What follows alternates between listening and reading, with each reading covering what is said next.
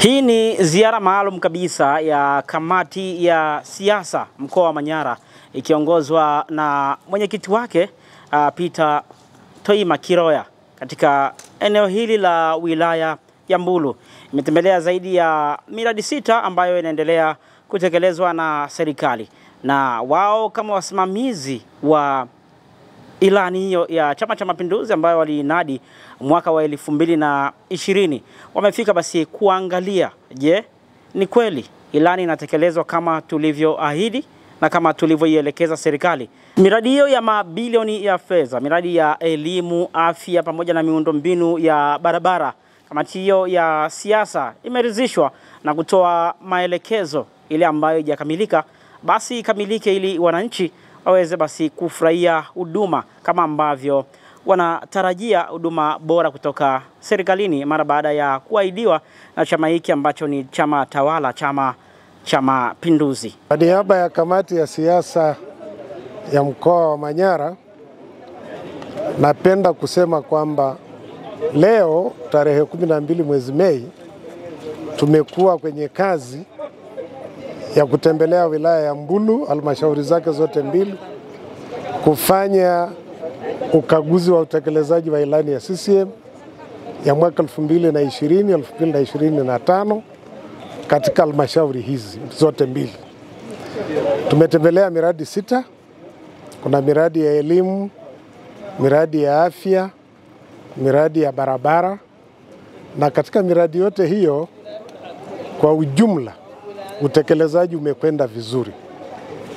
Kuna changamoto ambazo zimejitokeza, tumeelekeza kwamba hizo changamoto zifanyiwe marekebisho. Kwa mfano, ukamilishwaji wa baadhi ya miradi katika kipindi kilichopangwa, kwa sababu miradi kuna iliyochelewa kwa kipindi karibu cha miezi miwili, au hata katika muda tu ambao alimradi kile kipindi kilichokubalika ule mradi haujakamilika kwa wakati huo. Kwa hivyo tukasema kwamba miradi yote ikamilishwe kwa wakati na ikamilishwe katika viwango vya ubora ambavyo vinakubalika na serikali.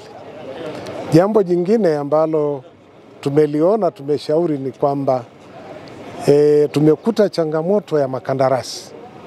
Inaelekea makandarasi wanaopewa hizi kazi wakati mwingine wanakuwa hawafanyi kazi zao kwa mujibu wa makubaliano.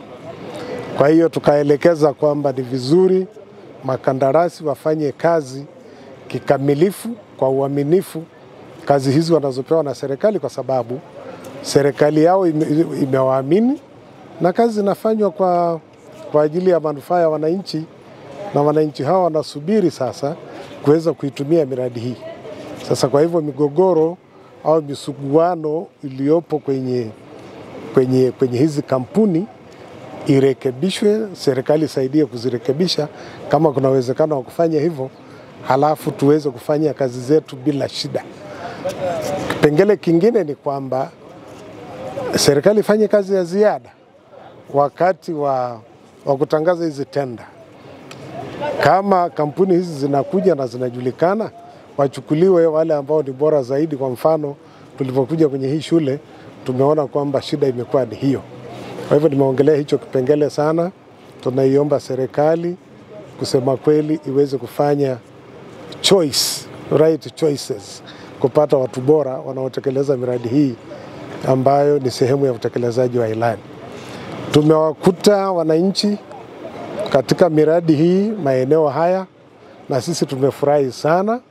Tumetumia nafasi hiyo kuwajulisha kitu kinachofanywa na serikali yao ya Chama cha Mapinduzi inayoongozwa na Dr. Samia Suluhu Hassan, lakini pia wajue kabisa kwamba chama chao cha Mapinduzi inafuatia kuona ile ilani yetu ambayo ni mkataba wetu na wananchi inatekelezwa vipi kwa vitendo na serikali kwa manufaa na faida ya wananchi wenyewe. Kwa hivyo wamefurahi sana tunapozungumza nao kwa namna hiyo. Mfano, kwenye ile miradi ya maji pale kwenye kile kijiji cha Maskaroda, wamefurahi sana wananchi, walikuwa wengi. Lakini pia kwenye hizi shule na kwenye vituo vya afya ambavyo tumeweza kufika. Vinginevyo kwa miradi yote 6 na hata ile miradi ya barabara tumeelekeza kwamba wanapojenga watu wa TARURA waweze kujenga barabara kwa kuiweka mifereji ya kutoa maji ili maji yasifuate barabara na kuzidi kuharibu nyakati za masika. Lakini hata kwenye madaraja, yale madaraja yajengwe na kupeleka katika eneo ambalo daraja haliwezi kubomoka kirahisi. Kuna maeneo mengine haya madaraja yana udongo unakatika, alafu kile kipande cha daraja kinaachwa kimehang, kinasimama peke yake. Sasa inakuwa ni kazi ambayo haitusaidii sana. Kwa hivyo wafanye marekebisho kwenye vitu kama hivyo, na haya makorongo basi daraja litolewe kabisa liende nje kufika kwenye vigongo ili kulinda uharibifu wa madaraja kirahisi na kwa wakati mfupi. Mkuu wa mkoa wa Manyara Queen Cuthbert Sendiga, ambaye pia ni mjumbe wa kamati hii, ameahidi kuyafanyia kazi maelekezo yaliyotolewa na mwenyekiti wa kamati.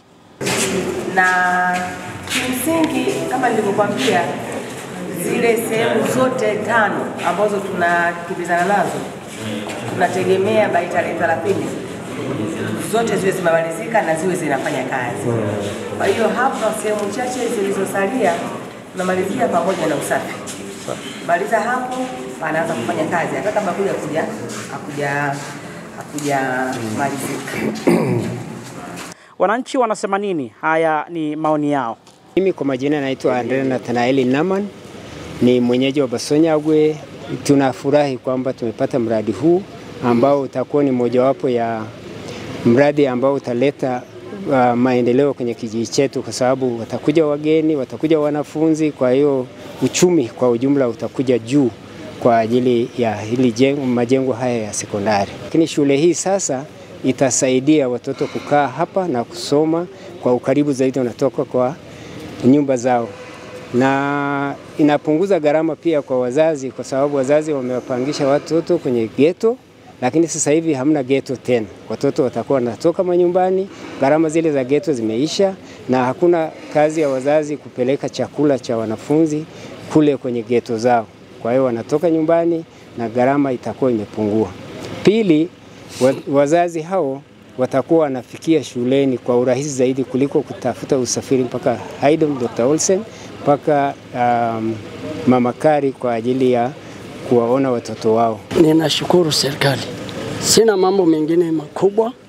Ninashukuru Dr. Samia Suluhu Hassan, rais wetu wa Jamhuri ya Muungano wa Tanzania, pia na bunge wetu Fulatei Gilgori Masai kutupigania kuona mambo kama haya.